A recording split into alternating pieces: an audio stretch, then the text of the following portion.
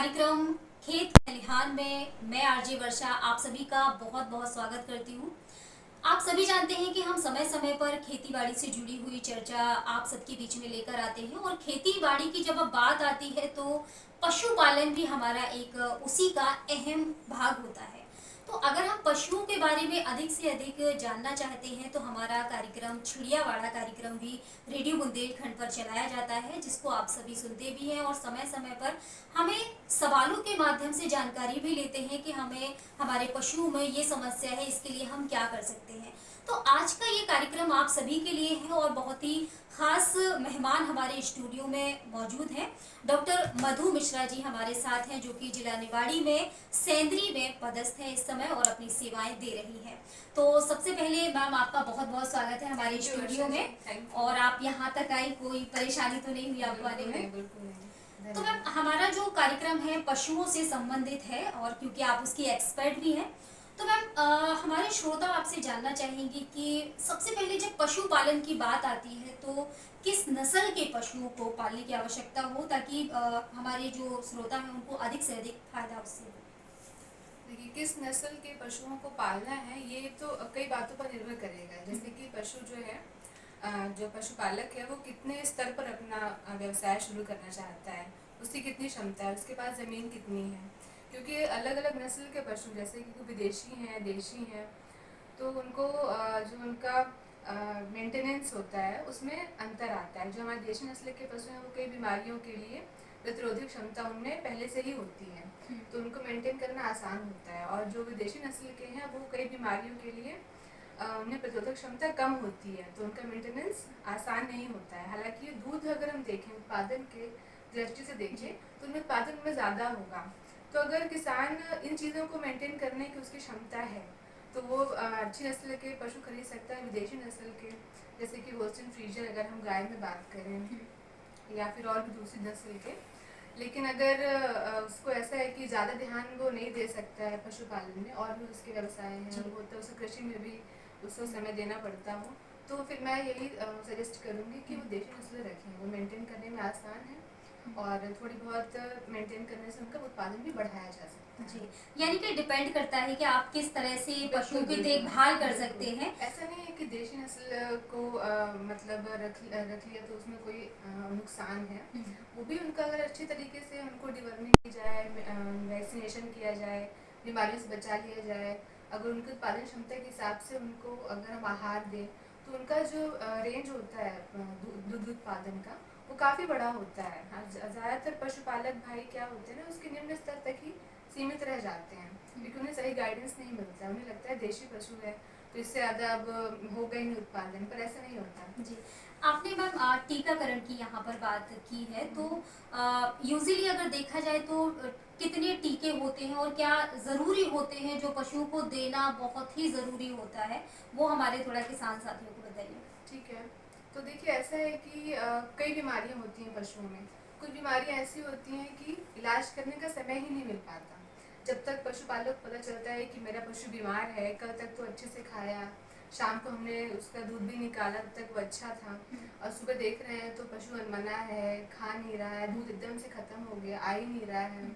जब तक मुझे समझ में आता है कि पशु की हालत ख़राब है, पशु चिकित्सक आएगा, देखेगा, तब तक बहुत देर हो चुकी होती है। ऐसी कई बीमारियाँ होती हैं। कई ऐसी बीमारियाँ भी होती हैं कि उनका समय तो बहुत लंबा होता है, 8-10 दिन तक पशु बीमार है, लेकिन उसकी मृत्यु दर कम होती है, लेकिन उत्पादन चला जाता है, मतलब जो दूध है उसकी मात्रा कम हो जाएगी। तो ऐसे कई टीके हैं जो घातक बीमारियों के लिए भी हैं, और जैसे कि आपने सुना होगा मुंह पका खुर पका, जी जी। उसमें मृत्यु दर इतनी ज़्यादा नहीं होती है, मतलब ये 3 या 4% ही मान के चलते हैं कि 100 में 3-4 पशु ही मरेंगे, लेकिन उसमें उत्पादन बहुत कम हो जाता है। इसलिए इसी के मतलब विरुद्ध अगर हम देखें, गल घोंटू बीमारी है जी या हम ब्लैक क्वार्टर कह लें या हम एंथ्रैक्स कह लें, इनमें क्या है कि इनको अक्यूट बीमारियां कहते हैं। यानी कि जैसे इनका इन्फेक्शन हुआ 24 घंटे 48 घंटे मतलब समय ही नहीं मिल पाता कि पशुपालक ने जब तक समझा कि कुछ गड़बड़ है तब तक बहुत देर हो जाती है। तो ऐसी बीमारियों से मैं तो कहूँगी कि पशुपालक को ज़रूर ज़रूर ज़रूर टीके लगवाने चाहिए, क्योंकि इनका समय भी अच्छा रहता है, 6 महीने तक इनमें प्रतिरोधक क्षमता बनी रहती है। और ये मौसम होता है जैसे इस समय या बारिश के पहले कोई बीमारी को टीके लग जाते हैं, एफएमडी के लगते हैं, बीक्यू के लगता है, एंथ्रैक्स का लगता है। अगर हम बकरी भेड़ों में बात करें तो फड़किया रोग आपने सुना होगा, जी उसका टीका लगता है। पीपीआर का लगता है, भूपका खुरपका का भी लगता है बकरी और भेड़ों में। जी तो इन बीमारियों के टीके ज़रूर लगवाएं, क्योंकि होता है पशु ना भी मरे लेकिन उसका जो बॉडी का वो है हालत है, जैसे कि अगर बकरियों में बात करें तो मांस के लिए ही पशुपालक उनको जी पालते हैं, तो वो इतना कमज़ोर हो जाएगा कि वो जीवित तो रहेगा पर उससे उसका फ़ायदा बहुत ही कम हो होगा। जाएगा। जी आपने जहाँ मृत्यु दर की बात करी है तो एक और सवाल है जो अक्सर हमारे किसान साथी हमसे पूछा करते हैं और देखते भी हैं हम लोग, बहुत आम सी बात है जो हमें लगता है कि अरे ये तो नॉर्मल है।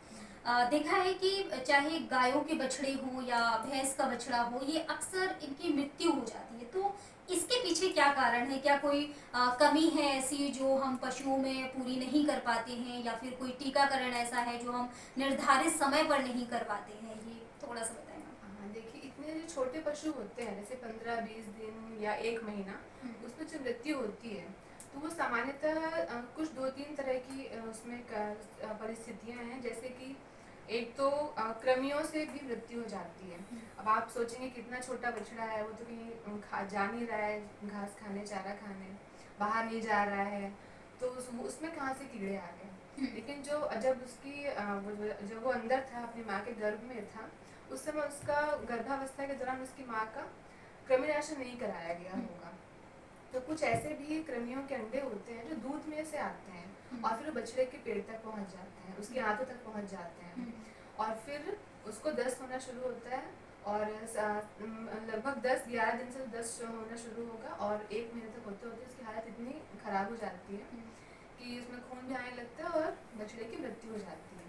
या दूसरी स्थिति हमने ये देखी है कि जो उसका जो कॉर्ड होता है, यानी कि नरा बोलते हैं जिसको जी। आम भाषा में पशुपालक भाई, अगर उन्होंने वो सही तरीके से स्टेरिलाइज चीज़ नहीं काटा है, मतलब फ्रेश ब्लेड से काटें, या फिर अगर फ्रेश ब्लेड नहीं है तो कुछ उसको स्टेरिलाइज करें, गर्म करें या उबले पानी में डालें, ताकि क्योंकि उससे भी एक इन्फेक्शन जाता है। उससे आपने देखा होगा कि 1 हफ्ते का जब बछड़ा हो जाएगा तो उसके घुटने सूज जाते हैं, मतलब चारों घुटने या 3 या 2, एक नहीं, अगर एक है तो वो कोई अलग कंडीशन होगी, पर अगर एक से ज़्यादा है मतलब ये उसको हम लोग बोलते हैं नेवल इल या जॉइंट इल, तो उससे भी फिर एक महीने तक आते आते बछड़े की मृत्यु हो जाएगी। तो मैं ये सलाह दूंगी कि पहले तो जब ब्याने का वक्त आ रहा है उससे 1 हफ्ते या 14 दिन में पहले माँ का कृमिनाशन हो जाना चाहिए जिससे बछड़े को दिक्कत ना हो। दूसरी बात, बछड़ा स्वयं जब 7 या 10 दिन का हो तब उसका पहली बार कृमिनाशन हो जाए, तो इससे हम उस स्थिति से बच सकते काफ़ी हैं। हद तक हम बछड़ों को जी, बचा बचा सकते हैं। हैं। तो जैसा मैं आपने बताया कि हम अक्सर किसान साथी परेशान होते हैं कि हमारे बछड़े जीवित नहीं रहते हैं, वो कहीं ना कहीं उनकी मृत्यु हो ही जाती है। तो इसके लिए मैंने बताया कि कृमिनाशन बहुत इम्पोर्टेंट होता है उनके लिए। तो जैसे ही आपको लगता है कि बछड़े की गाय की डिलीवरी हो रही है या भैंस की हो रही है, तो उससे पहले कृमिनाशन करवाना हमें बहुत ज़रूरी है। लेकिन मैम एक यहाँ पर एक और सवाल आता है कि सिर्फ ये बछड़ों के ऊपर क्यों लागू होता है? मतलब अधिकतर जो मृत्यु दर है वो बछड़े ही होते हैं, उनकी जो गाय होती है या बछिया होती है वो जीवित हो जाती है आसानी से। अब ऐसा तो मैं ये कहना चाहूँगी कि जैसे जब एक बीमारी कोई होती है शरीर में तो उसकी एंटीबॉडीज बन जाती हैं, या जैसे आपने सुना होगा कि जब हमें टीका लगता है तो वो एक तरह की इन्फेक्शन ही होता है। कई बार टीका लगने के बाद वही बीमारी हो जाती है, जी। अगर आपने सुना होगा। बिल्कुल। जैसे हमारे पशुपालक भाई भी जानते हैं कि जिस बीमारी का टीका लगवाया वही बीमारी हो गई, तो टीके का मतलब क्या निकला। क्या मतलब? तो इसका मतलब ये है कि वो इन्फेक्शन ही जाता है। तो जब बड़े होते जाते हैं जानवर, उनको वो कई बार बीमारियां हो चुकी हैं तो उनके अंदर ऑलरेडी उसके एंटीबॉडीज या जो प्रतिरोधक केमिकल्स होते हैं वो बन चुके होते हैं। जबकि जो बछड़े हैं अभी वो नए हैं, उनको पहली बार में इन्फेक्शन मिला है तो उनके अंदर उतनी एंटीबॉडीज नहीं होती हैं। और जब वो छोटे होते हैं, जब वो अपनी माँ का दूध पीते हैं, जिसे हम लोग खीस बोलते हैं, चीक बोलते हैं, तो उसमें भी बहुत सारे एंटीबॉडीज होते हैं। तो जब वो उसको पर्याप्त समय ही नहीं मिला एंटीबॉडीज डेवलप करने का, ना ही उसको अपनी माँ से मिला, तो एक मतलब ऑब्वियस सी बात है, ये स्वाभाविक सी बात है कि इन्फेक्शन के प्रति वो ज़्यादा ही अपने मतलब गंभीर उसका रूप ले लेगी, क्योंकि जो उसको भगाता है एंटीबॉडीज उसकी बॉडी में है ही नहीं, तो इसलिए उनकी मृत्यु दर ज़्यादा होती है।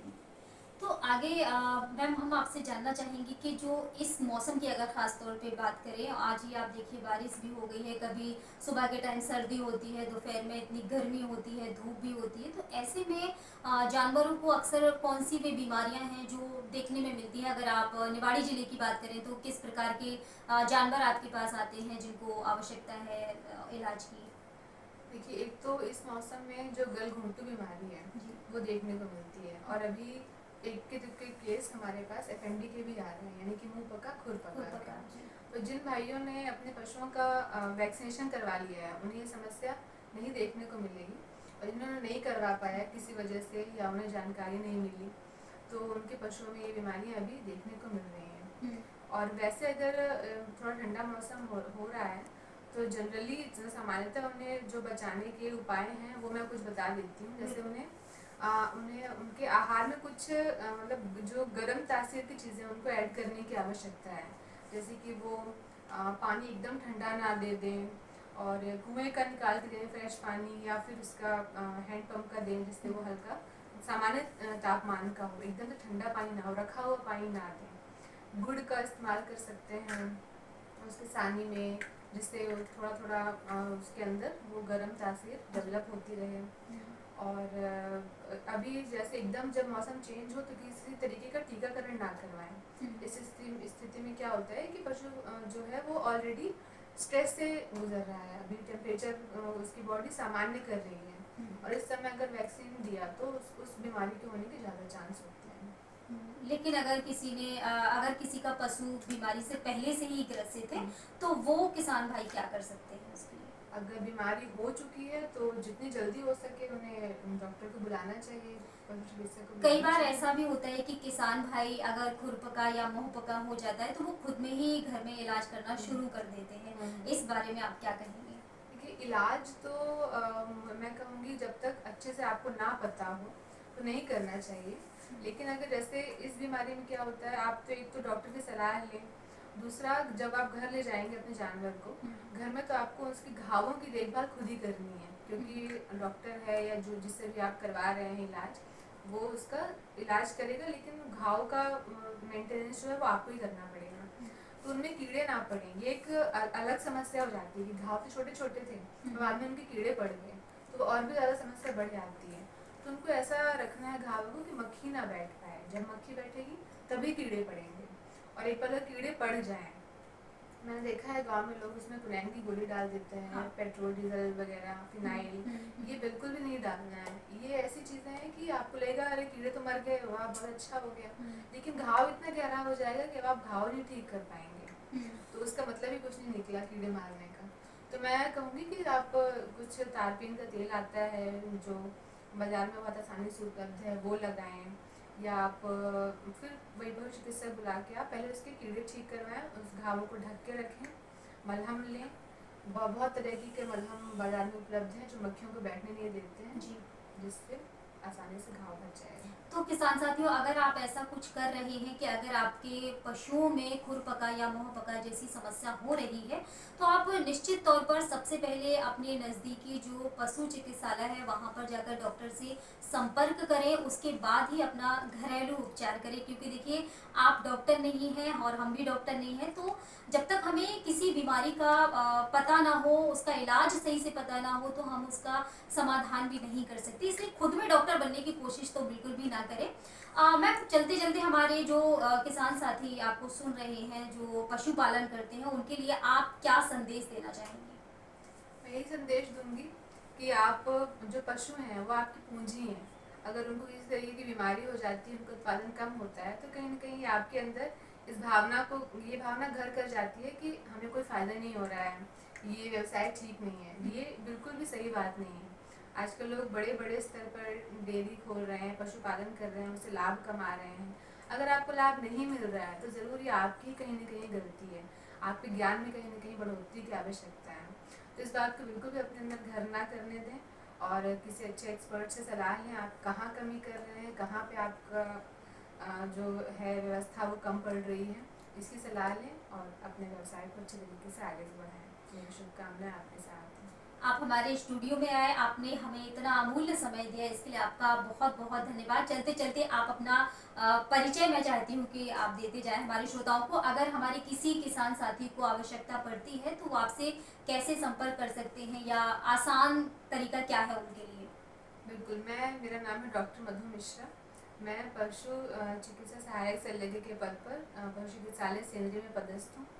और पशुओं से संबंधित किसी बीमारी का, उनके रख रखाव का, आपको कोई भी समस्या का समाधान चाहते हैं तो आप मुझे बिल्कुल कांटेक्ट कर सकते हैं। मैं जो भी मुझसे बन पड़ेगा मैं आपकी सहायता करूँगी। बहुत बहुत धन्यवाद मैम, नमस्कार। नमस्ते।